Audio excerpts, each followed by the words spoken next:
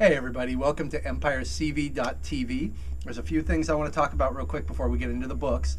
The first is this last Monday, the 9th of January, was the 1-year anniversary of the fire that got us off our butts, got us moved, and got us into a better location. Woo! Much like a phoenix rising from the ashes, Empires is much better and bigger than it ever was, and thank all of you for that because we couldn't do it without you.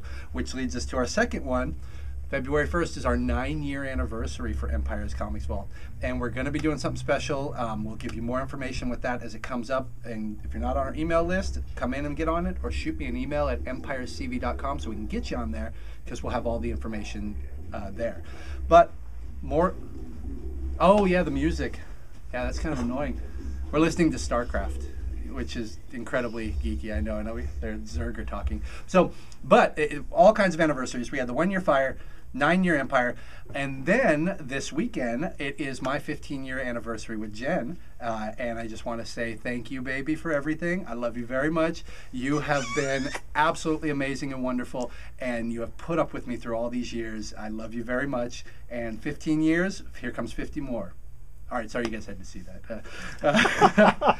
So, let's see. I know we're going to get to comics eventually, but we have Critical Hit, a geek comedy. It's this Friday, Friday the 13th. You can see links on our Facebook, or you can just look up Critical Hit, a geek comedy. We also have 2 passes to give away. You can get in for free. Take your loved one. All you have to do is go on our Facebook page. You can do it under this video. You can put it on its own.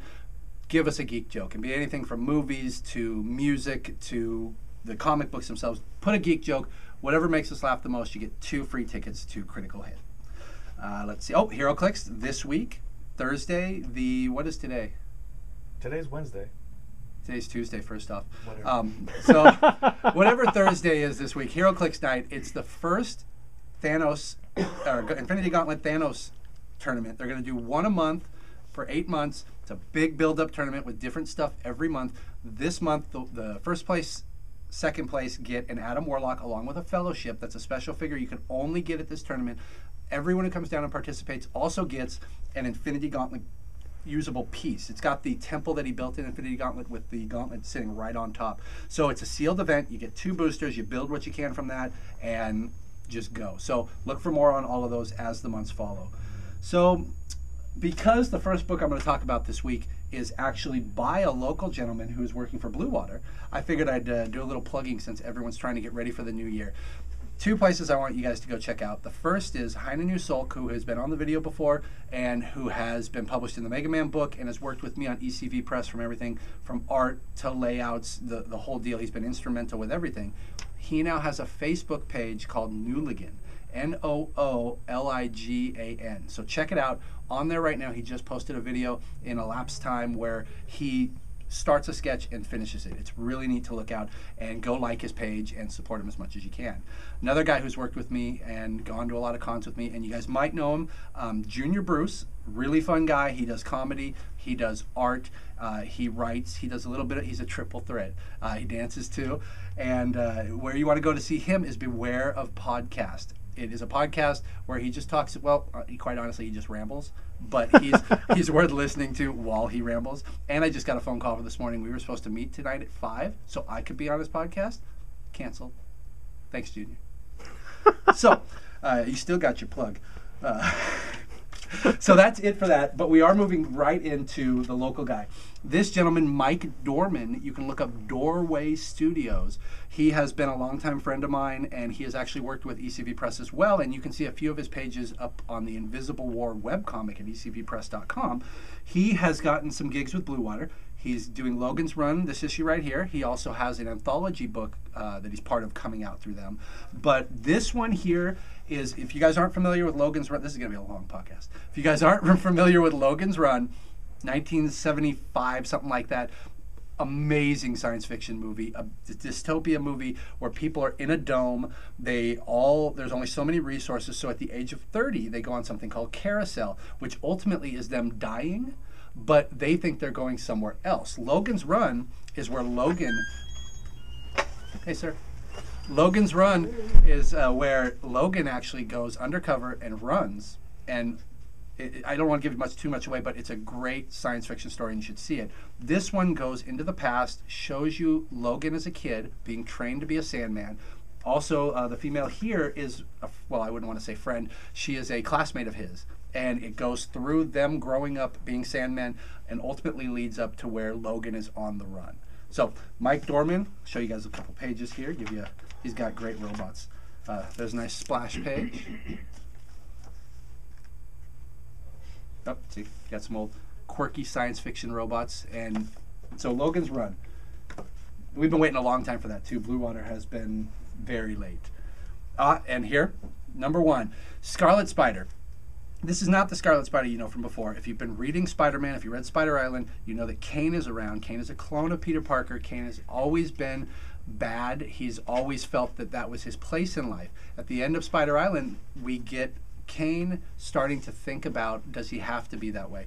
Peter's good. Peter goes through all of the same, has been through worse than he has, and he is still doing the right thing. So this story here is going to be a progression from him coming into the realization that he has these powers. What does he do with it? Where is his place in the world?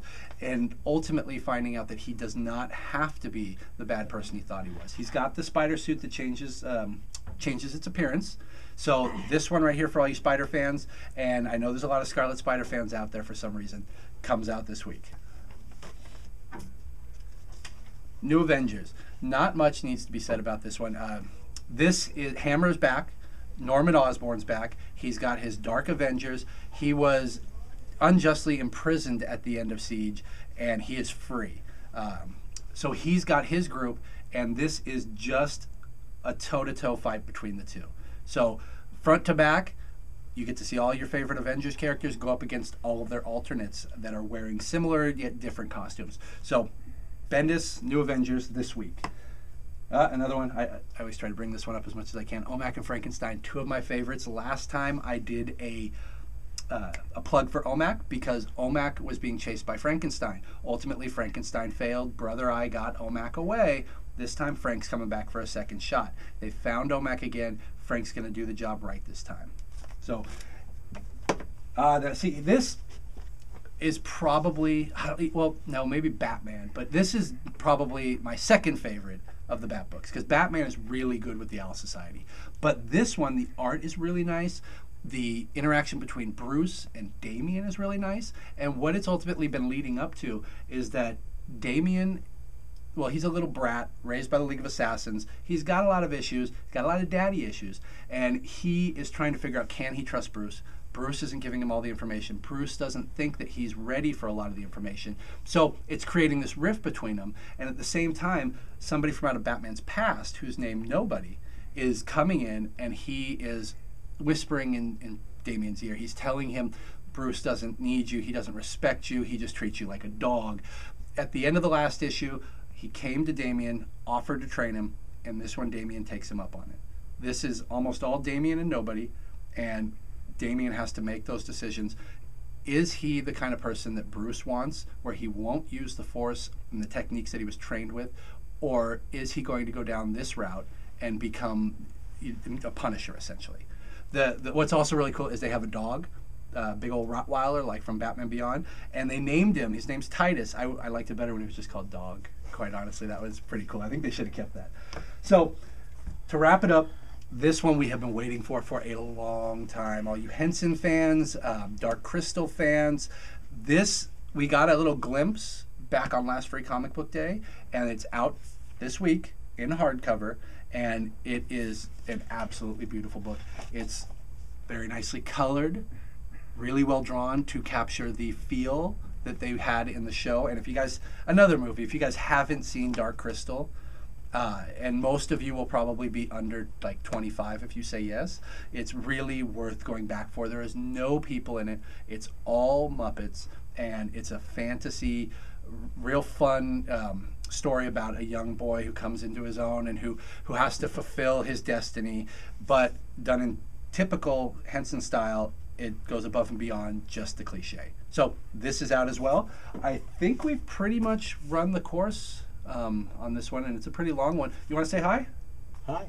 Oh, he doesn't want to come on. So thank you guys very much, and enjoy the books this week. I will see you guys in the shop.